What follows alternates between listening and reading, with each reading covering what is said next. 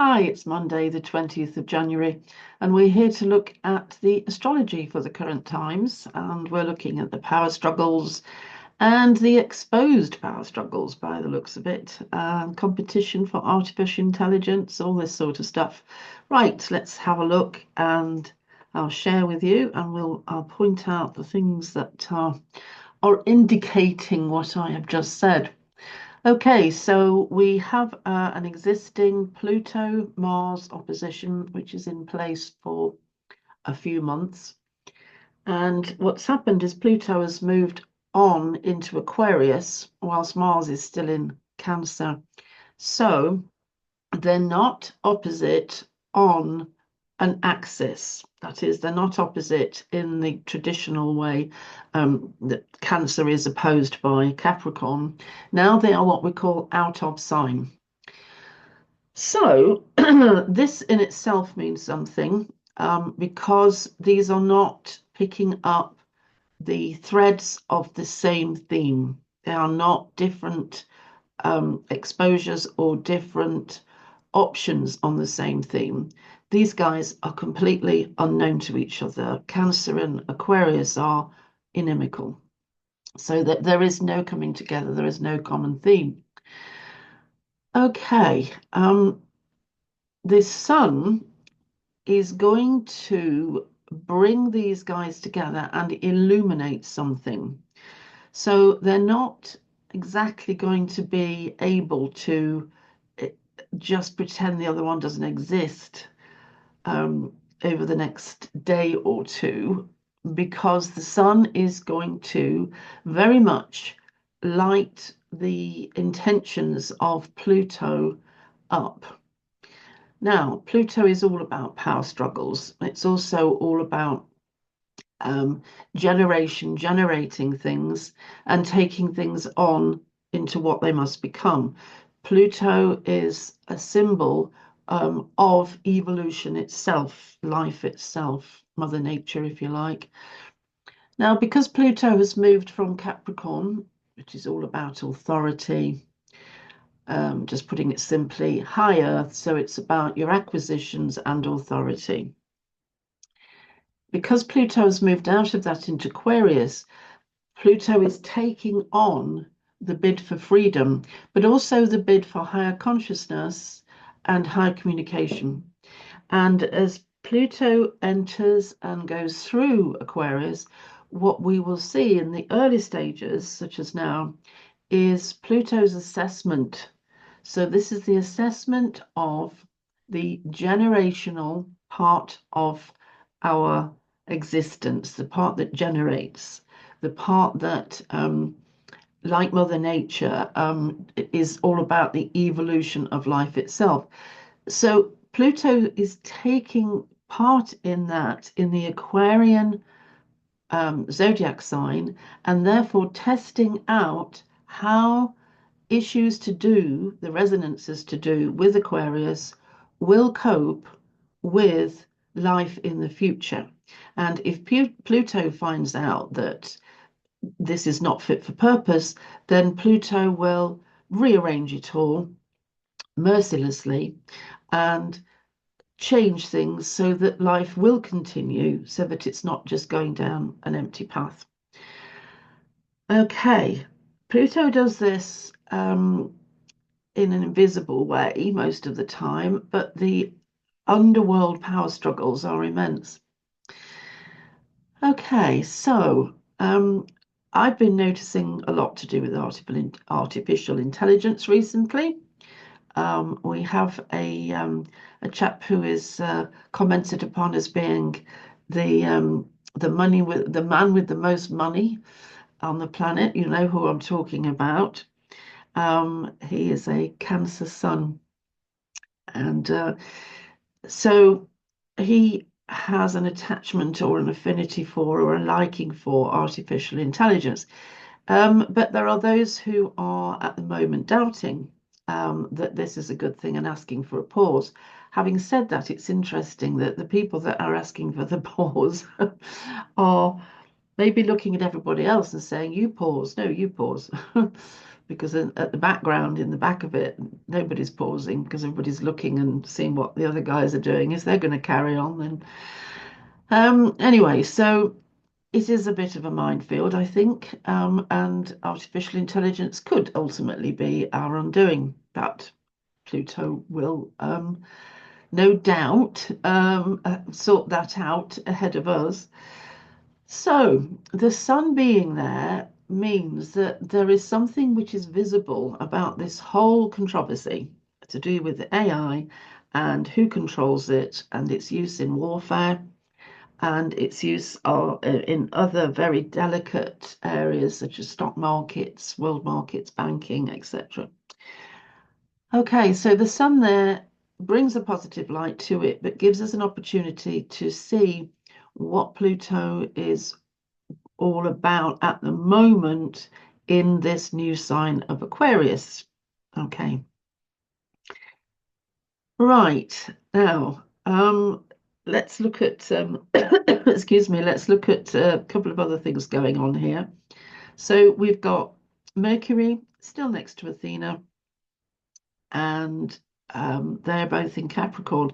So Athena and Mercury like each other, right? They both sort of like singing the same thing. It's about collecting knowledge and being interested by it. It's about education, learning, and in some respects, healing arts. Mercury with his lyre, so the healing with the music, etc. So they here in Capricorn, they are enabling all of us to consider that we could write something of real use at the moment, that we could be more educationally guided at the moment. So if you've ever thought about writing something of worth, and I'm sure it will be of worth, then start doing it now because you're getting a lot of help here. The moon has moved to 18 degrees of Libra and is briefly going to form a grand trine in air. So we've got 18 degrees of Libra, 16 degrees of Aquarius, 11 degrees of Jupiter. Ceres, very important planet at the moment because she is, after all, an aspect of the feminine and a very important one in terms of parent-child representation, but also in terms of representing the feminine in all its majesty, really, and all that comes with that. So it's very much being involved with the underworld. Anyway, I have mentioned Ceres in a previous video. I was just thinking to myself, don't go on because you can just go to the previous video on Ceres and have a look there. Anyway, she's now involved in this grand trine briefly. So these guys are exchanging something for a while. The moon brings an element of fear into something. It doesn't really want to be exposed. It doesn't like to show itself. So this brief visit is really an examination of the air element. Here is the feminine's opportunity to have a little poke around. Here's the moon's opportunity as a feminine also to get a sort of a handle on things.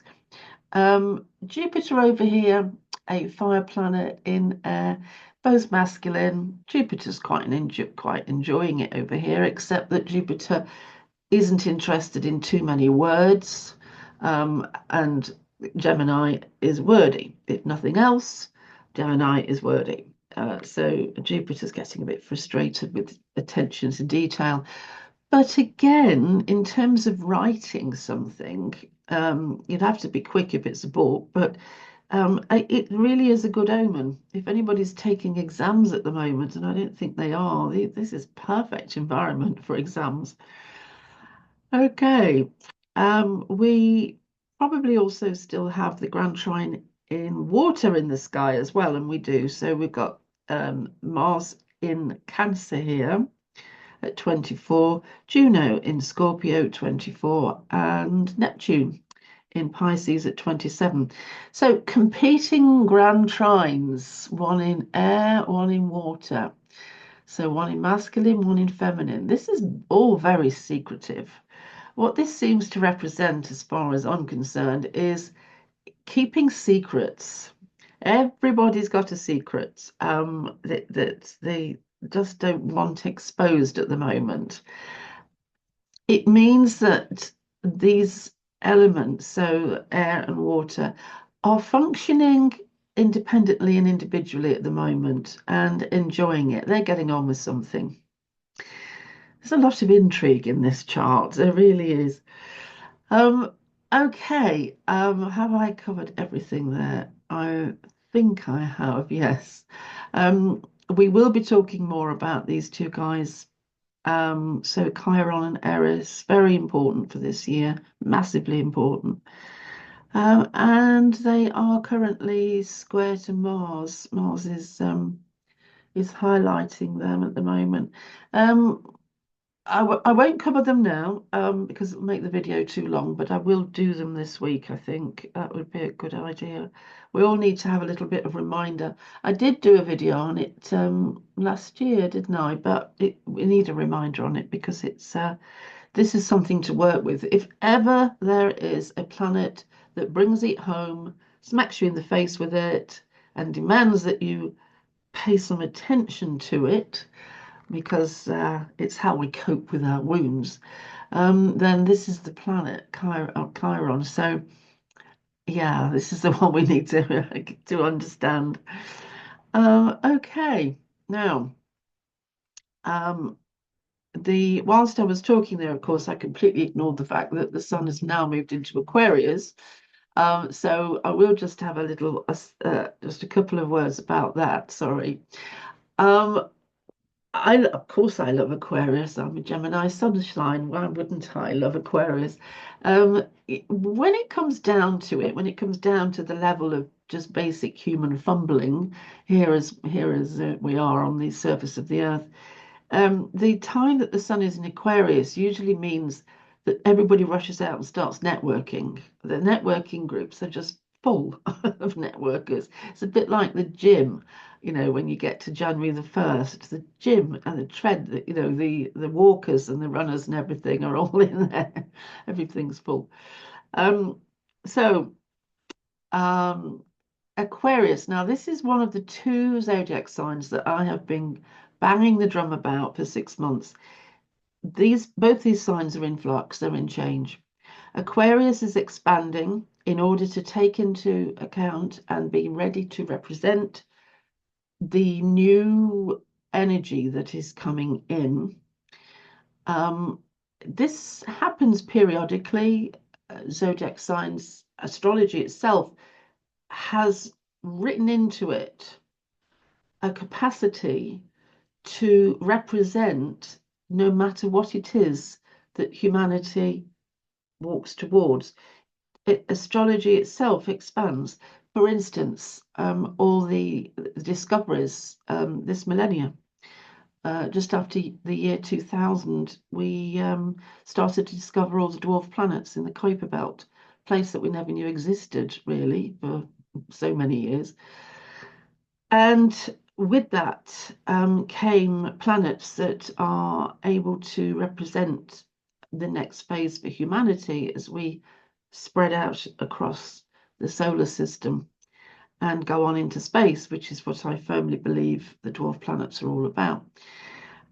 And so I forgot what I was saying now, but anyway, what I am saying about Aquarius is that it's an energy which is in flux. And I will most certainly be doing a special on Aquarius because there is so much that is being uncovered at the moment, especially because of discoveries in Egypt, where the energy of Aquarius, the symbol for the energy of Aquarius, actually originated.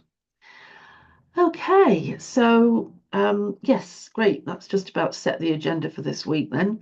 And It was lovely to talk to you, and I'm going to say bye-bye now, I think. Here I am. Yes, I am. I'm going to say bye, and I'll see you very soon, Wednesday. Okay, bye.